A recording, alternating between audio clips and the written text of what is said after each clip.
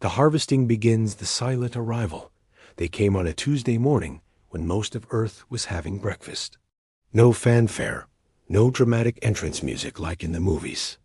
The Vex Collective simply materialized their ships above every major city as if they had always been there. Massive black pyramids that seemed to absorb light itself, casting shadows that felt wrong somehow. Too dark and too cold. Captain Sarah Chun was pouring coffee in her Denver kitchen when the first emergency broadcasts began. Her 8-year-old son David was complaining about his math homework, his dark hair falling into his eyes as he scribbled equations. Sarah's military training kicked in immediately when she saw the footage. Those weren't human ships, and their positioning was too perfect, too coordinated to be anything but a show of overwhelming force. "Mom, what's happening?" David asked, looking up from his notebook as sirens began wailing in the distance. Sarah knelt beside his chair, fighting to keep her voice steady. "I don't know yet, sweetheart, but I need you to listen to me very carefully." She never got to finish that sentence. The ships didn't fire weapons or demand surrender. They simply waited, hovering like black tombstones against the morning sky, while every electronic device on Earth received the same message simultaneously. Classification, the voice that spoke through every screen, every radio, every phone, was neither male nor female. It was perfectly neutral, emotionless, like a computer reading a grocery list. But the words it spoke changed everything. "Greetings, inhabitants of Sol 3. We are the Vex Collective. Your species has been evaluated and classified as genetic resource. Units, Category 7, suitable for preservation and enhancement. Compliance with harvesting protocols is mandatory. Resistance will result in resource degradation penalties." Dr. Marcus Webb was in his laboratory at the University of Colorado when the announcement came. A xenobiologist who had spent his career wondering if we were alone in the universe, he now wished desperately that we were. As the message repeated, he understood with growing horror what harvesting protocols meant. The Vex didn't see humans as intelligent beings. They saw them as livestock. Within hours, the classification became clear. Adults over 30 were labeled as expired resource units and left alone. Adults between 18 and 30 were breeding stock to be managed but not relocated. But children between 8 and 16, those were the prime genetic specimens destined for what the Vex called preservation programs. Sarah Chun understood immediately. They were taking the children. The taking the harvest began at dawn the next day. No soldiers, no violence, just the silent appearance of transport pods outside homes across the world. The pods were beautiful in a terrible way, like silver teardrops that reflected everything except the faces of the children they came to collect. Sarah had spent the night holding David, both of them pretending to sleep. When the soft humming sound began outside their house, she knew their time was up. The front door simply dissolved, not broken or forced, just gone, replaced by empty air. 3 figures entered. They looked almost human except for their silver skin and eyes like black mirrors. They moved with mechanical precision, scanning the room until their gaze fixed on David. "Primary unit identified," one of them said in that same emotionless voice. "Age, optimal. Genetic markers, acceptable. Harvesting commencing." Sarah stepped between them and her son, her military training warring with maternal instinct. "You're not taking him." The lead figure tilted its head slightly. "Parental attachment is noted, but irrelevant. This unit will be preserved and enhanced. Your concern is unnecessary."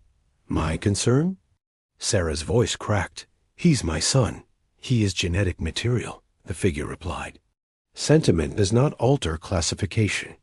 David pressed against Sarah's back, his small hands clutching her shirt. She could feel his trembling, could hear his quiet whimpering, and something inside her began to break.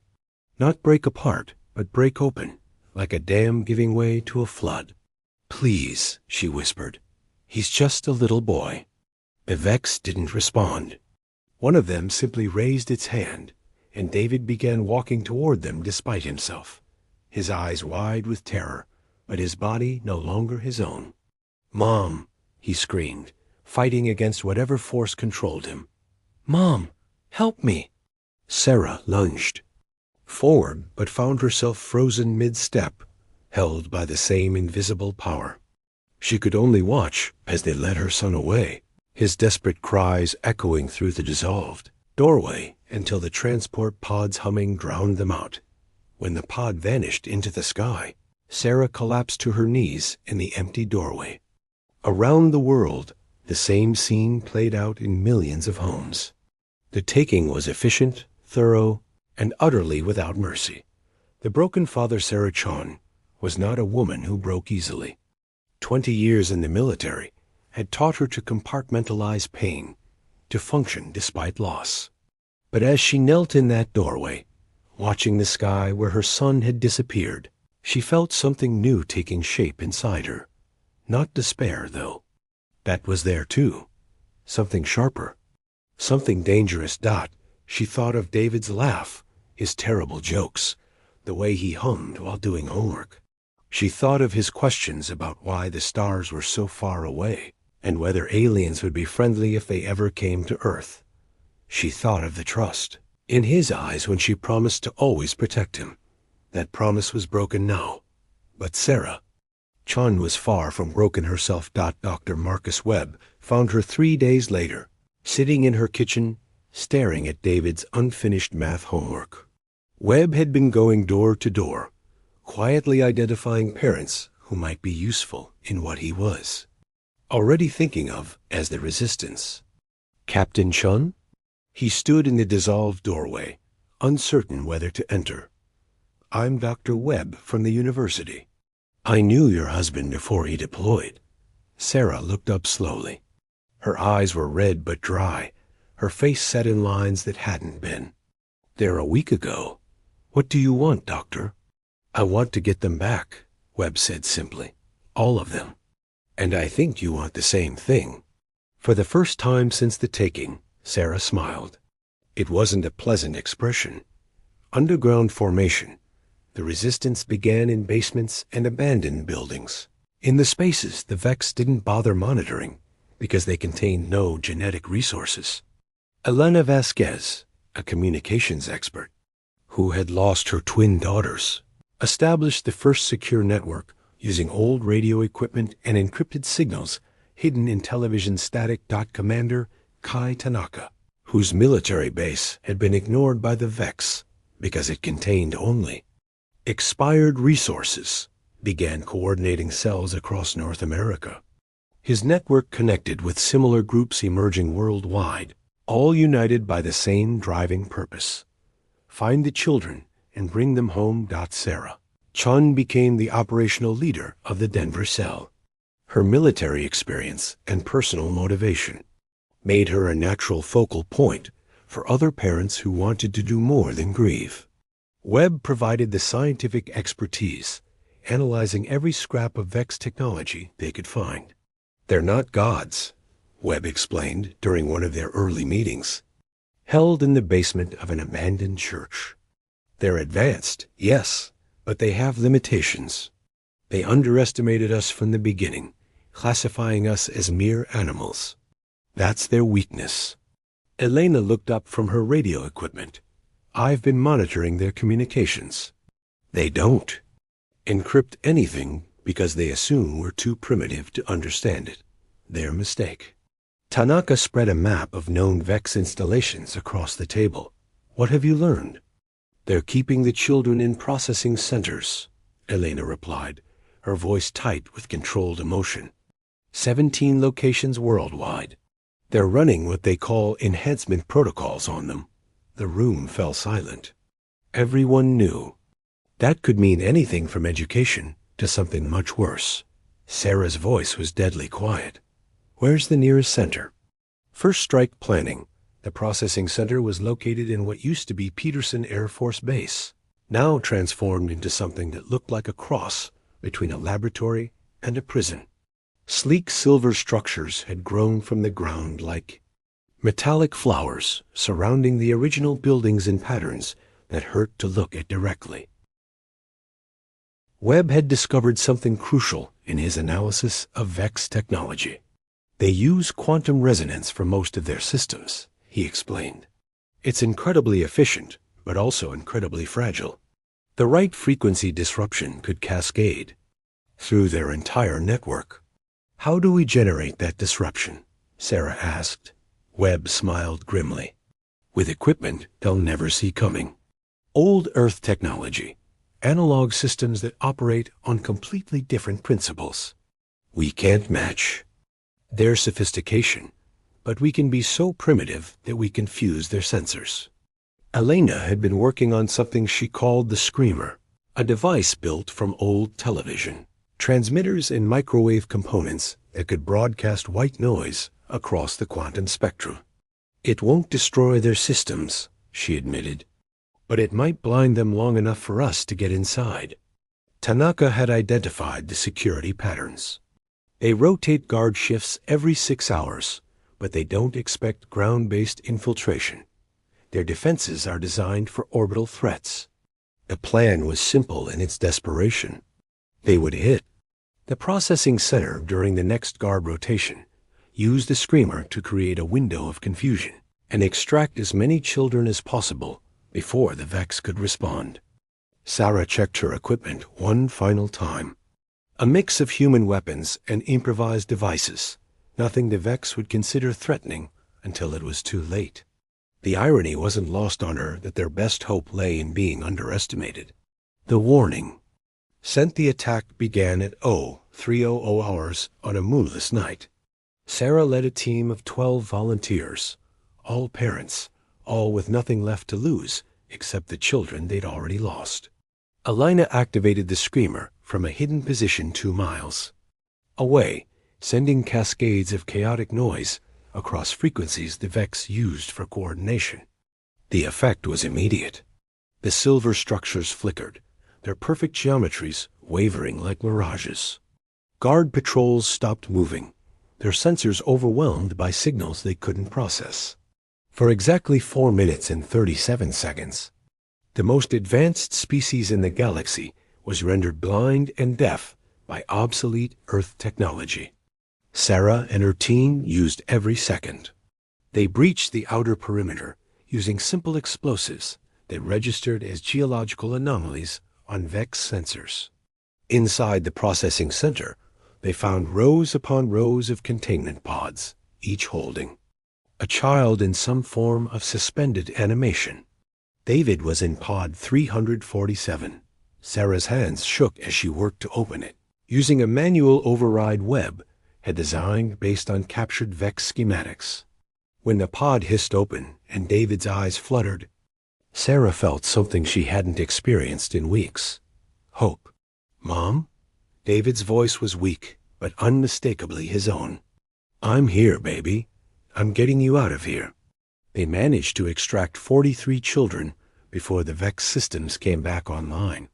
As alarms began wailing in frequencies that made human ears bleed, Sarah's team fought their way back to the extraction point, carrying children who could barely walk. The Vex response was swift and overwhelming. Energy weapons turned the night into day, their beams carving trenches in the earth where the humans had been moments before. But Sarah's team had anticipated this. They moved through drainage tunnels and abandoned subway systems, paths too small and too chaotic for Vex vessels to follow. When they finally reached the safe house, Sarah looked back at the processing center. It was already rebuilding itself, silver structures flowing like liquid to repair the damage. But something had changed. The Vex ships in the sky were moving differently, their formations tighter, more aggressive. Elena's radio crackled with intercepted transmissions. The Vex were confused, angry even, though they didn't have words for such emotions. For the first time since their arrival, they had encountered something they didn't understand. Humans who fought not for territory or resources, but for love. Dr. Webb studied the readouts from their attack. "We did more than rescue children," he said quietly. "We sent them a message." Sarah held David close, feeling his heartbeat against her chest. Around them, other parents reunited with their children, tears mixing with exhaustion and relief. But she knew this was just the beginning. The Vex had classified humans as mere genetic resources. They had made calculations based on the assumption that Earth's inhabitants were simple animals driven by survival instinct alone. They hadn't factored in the one thing that made humans truly dangerous: the lengths they would go to protect what they loved. Outside, the alien ships pulsed with new patterns of light, their perfect coordination disrupted by something they couldn't quantify or control. For the first time in the Vex Collective's 1,000-year history, they had encountered a species that would rather die fighting than live kneeling. The warning had been sent. Humanity was no longer compliant livestock. The galaxy was about to learn what happened when you pushed the human species too far. When humanity bites back Vex retaliation, the Vex response to the processing center attack was swift and calculated, like a surgeon removing an infection. By dawn, every major city on Earth was under martial law, their silver drones patrolling streets with methodical precision. The aliens didn't rage or threaten. They simply tightened their grip. Sarah Chun watched from a hidden observation post as the drones swept through downtown Denver. Their movements had changed since the rescue operation. Before, they had been casual, almost lazy in their surveillance. Now they moved with purpose, scanning everything with intense focus. "They're afraid," Dr. Webb said, adjusting his binoculars. "They won't admit it, probably can't even recognize the emotion, but they're afraid." Elena Vasquez looked up from her communication array. "I'm intercepting their command frequencies. They're calling us anomalous biological units now instead of genetic resources. We've been reclassified." David Chun, still weak from his time in the processing pod, sat close to his mother. The boy had aged years in the days since his rescue, his eyes holding shadows that no 8-year-old should carry. But when he spoke, his voice held steel that reminded Sarah of herself. "Mom, are we going to get the other kids too?" Sarah squeezed his hand. "Yes, sweetheart, all of them." The Vex had increased security at every processing center worldwide.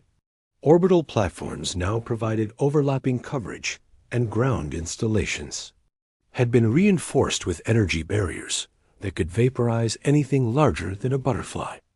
On the surface, it seemed hopeless, but humans had been fighting hopeless battles for millennia. The Network Awakens Commander Tanaka's basement command center had grown into something resembling a proper military operation. Maps covered every wall, marked with red pins for Vex installations and blue pins for resistance cells. Green pins marked successful rescues, and there were more of those each day. The attack on the Denver Processing Center had been the spark that ignited resistance movements worldwide. In London, a group of former SAS operators had used homemade explosives to breach a facility in the Thames. In Tokyo, engineering students had built electromagnetic pulse devices from old arcade machines and car batteries. In São Paulo Street, children who had avoided capture were leading commando raids through the favelas. Each rescue operation taught them more about Vex technology and tactics. The aliens were powerful but predictable, following protocols designed for compliant populations. They had never encountered a species that fought back with such desperate creativity. Elena coordinated communications between cells using a network of ham radio operators. Encrypted signals bounced off the ionosphere, and even messages hidden in graffiti. The Vex monitored all electronic communications, but couldn't decode human emotional contexts.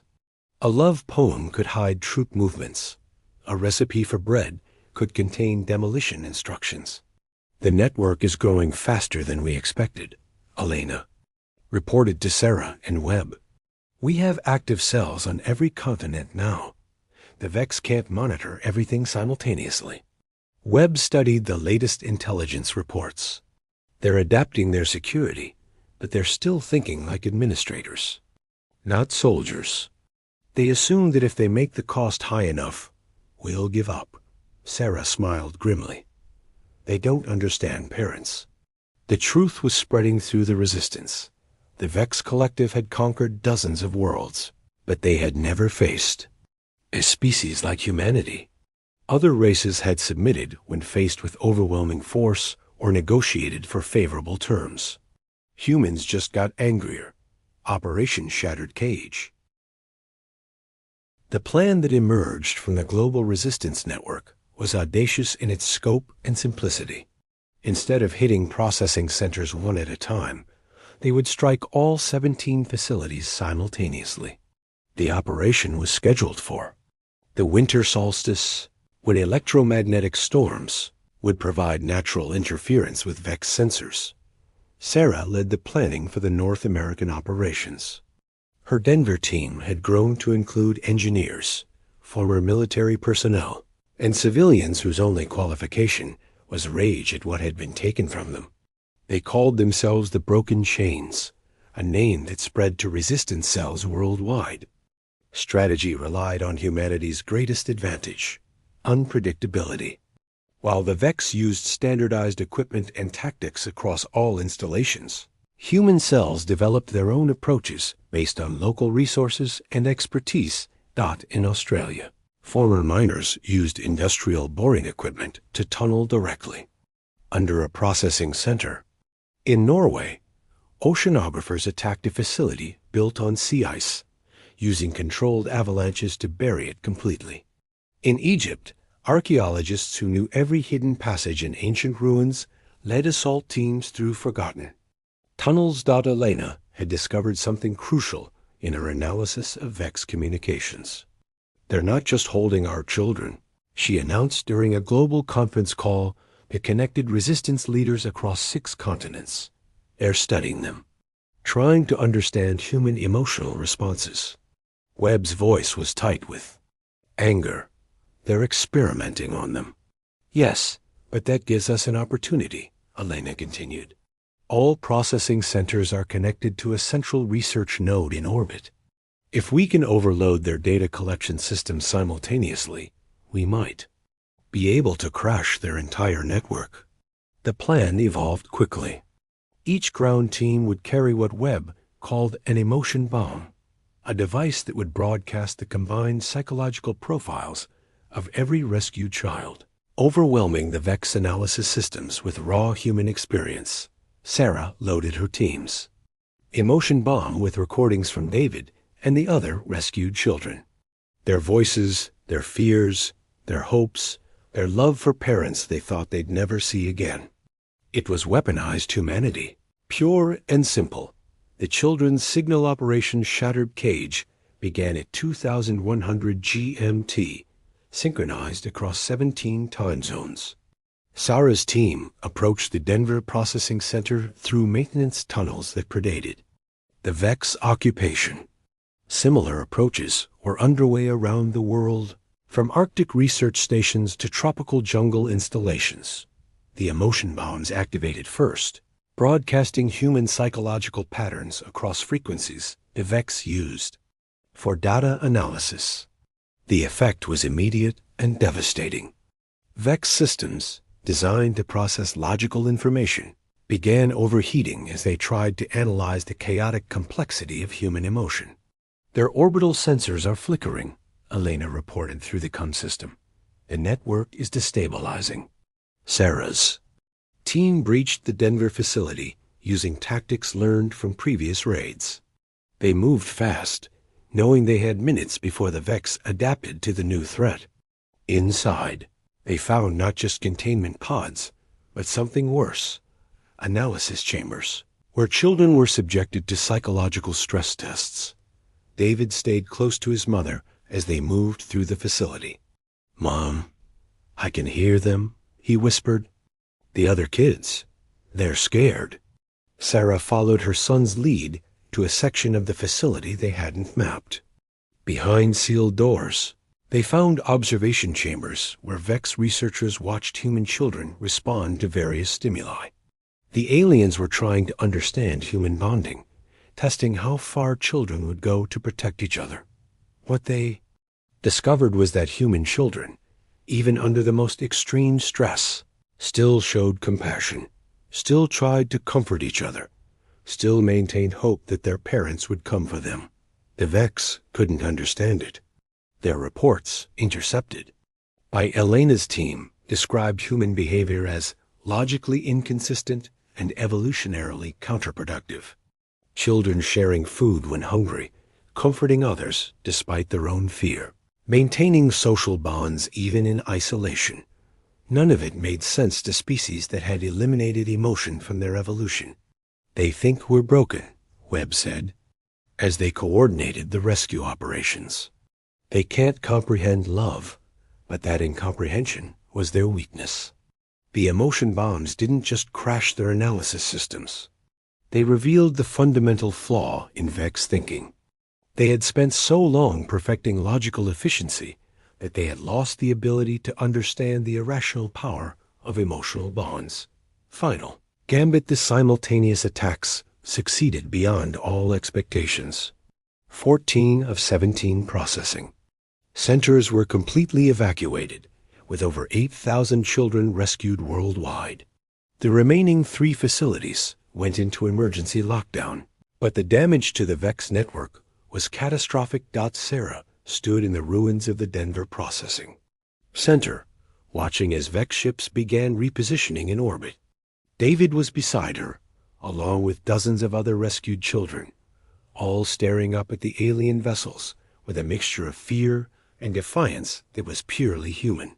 "They're planning something," Elena warned through the comm system. "Massive energy. Build up in their orbital platforms." Webb's voice was grim. "They're going to sterilize the planet. If they can't harvest us, they'll eliminate us as a threat." The Resistance had prepared for this possibility. Hidden transmitters around the world were ready to broadcast a final message, not just to the Vex, but to any other species monitoring Earth's situation. It would be humanity's last testament, a warning to the galaxy about what happened when you pushed too far. Sarah helped coordinate the final transmission. They gathered testimonies from rescued children, from parents who had lost everything, from ordinary people who had chosen to fight rather than submit. The message was simple but devastating. Humans would rather die free than live slaves. As the Vex orbital weapons began charging, something unexpected happened.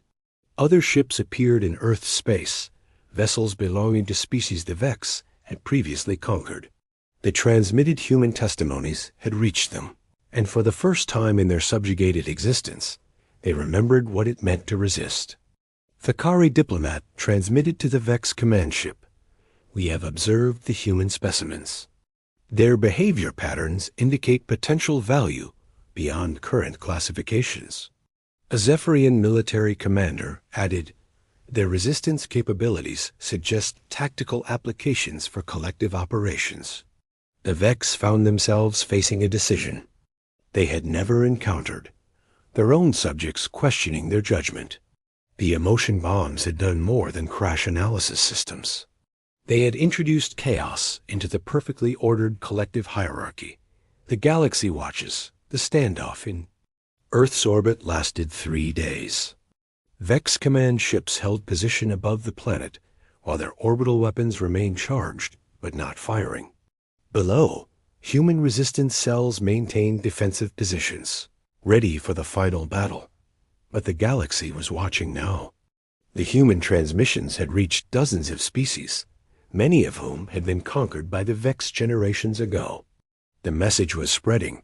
Somewhere in the outer spiral, a primitive species was fighting back and winning. On the 4th day, a new transmission reached Earth. It came from a species called the Kithara, who had been free before the Vex expansion began. Their message was brief. "The collective has made an error in classification. Humans are not genetic resources.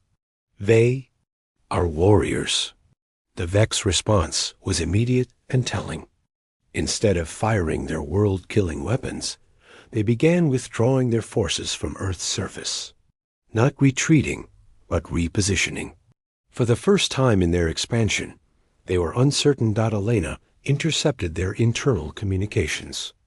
"They're reclassifying us again," she reported. "From anomalous biological units to potential military assets." Sarah held David close as they watched the alien ships depart. "What does that mean?" Webb smiled for the first time in months. "It means they're afraid of us, really afraid. They're not sure if they can control us, so they're backing off until they figure out how." The processing centers were abandoned, their human prisoners. Free, the Vex maintained orbital observation platforms, but ceased all harvesting operations. Earth had become a puzzle they couldn't solve, a problem that challenged their fundamental understanding of intelligent life. Too late to turn back 6. Months after Operation Shattered Cage, Earth had changed. The Resistance Network had evolved into a planetary defense force, with former cells becoming military units trained in anti-Vex tactics.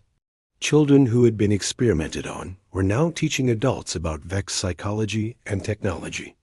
David Chun, now 9 years old, spent his afternoons in training sessions with other rescued children. They called themselves the Touched, kids who had seen inside Vex facilities and lived to tell about it. Their insights into alien behavior patterns were invaluable for military planning. "The Vex don't understand why we keep fighting when we could just hide," David explained to a group of adult strategists. "They think fear should make us stop, but it just makes us more careful." Sarah watched her son with pride and sadness. He would never be truly innocent again. None of the rescued children would. But they had gained something perhaps more valuable: the knowledge that they could survive anything and still remain human. The galaxy had indeed taken notice. 3 more species had declared independence from the Vex Collective, inspired by humanity's example.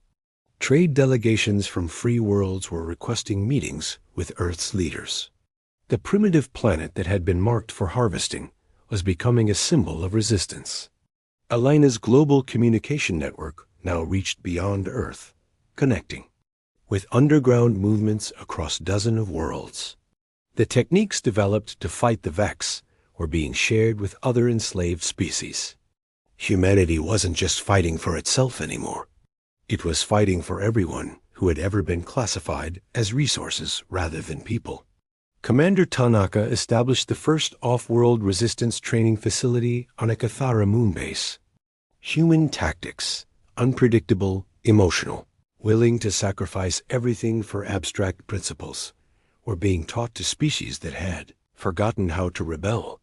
Dr. Webb published his analysis of Vex technology weaknesses, broadcasting it to every inhabited system in the galaxy. The information was invaluable, but the real weapon was the message that came with it. Advanced technology could be defeated by beings who refused to accept defeat. The Vex Collective now faced something they had never encountered in their 1,000-year expansion, a galaxy that no longer feared them. Humanity had shown that the mighty could fall, that the perfect could be confused, that love was stronger than logic. Standing in the ruins of the Denver Processing Center, now converted into a memorial and training facility, Sarah Chun looked up at the stars where Vex ships still lurked, watching and waiting. They would never again underestimate humanity, but that awareness came too late. The message had been sent. The galaxy had heard it, and there was no turning back now. David tugged at her sleeve. "Mom, do you think they'll come back?" Sarah smiled, the expression carrying both warmth and steel. "If they do, we'll be ready, and we won't be alone." Above them, the stars twinkled with the lights of ships from a dozen free worlds, all flying, in formation with Earth's defense fleet. The Vex had wanted to harvest humanity's children. Instead, they had taught humanity how to harvest something far more valuable: hope. The galaxy would never be the same.